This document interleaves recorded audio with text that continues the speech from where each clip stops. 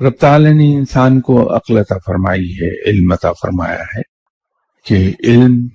ہمیں اچھے اور برے میں تمیز سکھاتا ہے، اور عقل اچھوں میں سے زیادہ اچھے کی تمیز سکھاتی ہے۔ پہلی بات تو یہ ہے کہ اگر بیٹا اصرار کر رہا ہے کہ وہاں شادی نہیں کرے گا تو پھر اس کی رائے کا احترام کیا جانا چاہیے، وہاں شادی نہیں کرنی چاہیے۔ اور اگر ہم اپنے اولاد کے لیے خود رشتے دیکھتے ہیں تو ایک چیز جس کو ہم عام طور پر اگنور کرتے ہیں سبھی ماں باپ، ہم بیٹے اور بیٹی جن کی شادی ہو رہی ہے ان کی ذہنی سطح پر نظر نہیں رکھتے۔ یہ بہت اہم پوائنٹ ہے اس میں کہ جب ہم اپنے بیٹے کے لیے یا بیٹی کے لیے رشتہ دیکھتے ہیں کہ ہم کف اور ہم پلہ دیکھنے کے علاوہ اس ایک بات کو بہت گہرائی سے جانچنا چاہیے کہ دونوں کی ذہنی سطح میں زیادہ فرق تو نہیں ہے،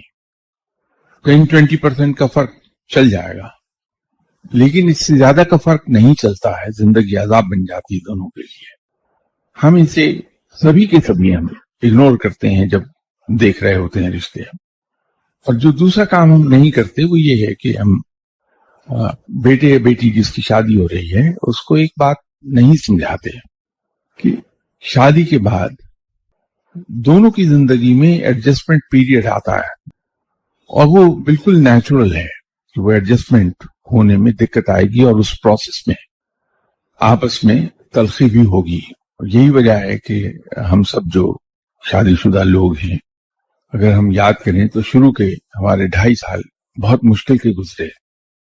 کہ اس میں وہ ایڈجسٹمنٹ ہو رہی تھی تو روز ایک دوسرے کے ساتھ چکچک ہوتی ہے۔ بچی کو جس کی شادی ہو رہی ہے